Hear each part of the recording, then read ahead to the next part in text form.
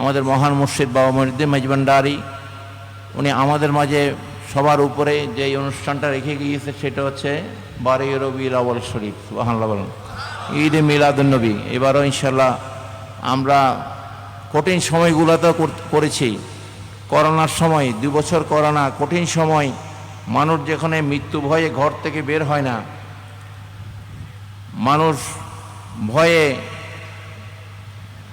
বাবা ছেলের জানাজা পড়তে যায় না, ছেলে বাবার জানাজা পড়তে যায় না, মৃত্যু ভয়ে যেখানে আত্মীয় স্বজনের জানাজা বা মৃত্যুর তার ঘরে যায় না বা জানাজায় যায়নি মৃত্যু ভয়ে, আমরা সেই সময়ও 10-15 হাজার লোক একত্রিত হয়ে আমরা মিলাদুন্নবী আদায় করেছি। সুবহানাল্লাহ, ঠিক কিনা?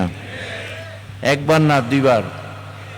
কারণ মৃত্যু আমাদেরকে কাবু করতে পারবে না, ঠিক কিনা? আমাদেরকে ভয় দেখাইতে পারে নাই।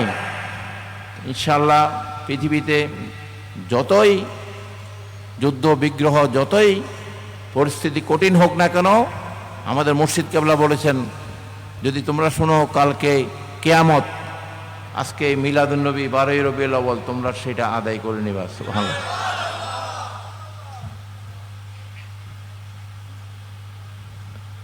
আমরা এবছর ইনশাআল্লাহ তাআলা মিলাদুন্নবীর অনুষ্ঠান আয়োজন হচ্ছে। আপনারা প্রত্যেকেই যার যার এলাকায় আপনারা এই ঘোষণা দিয়ে দিবেন, দাওয়াত দিয়ে দিবেন।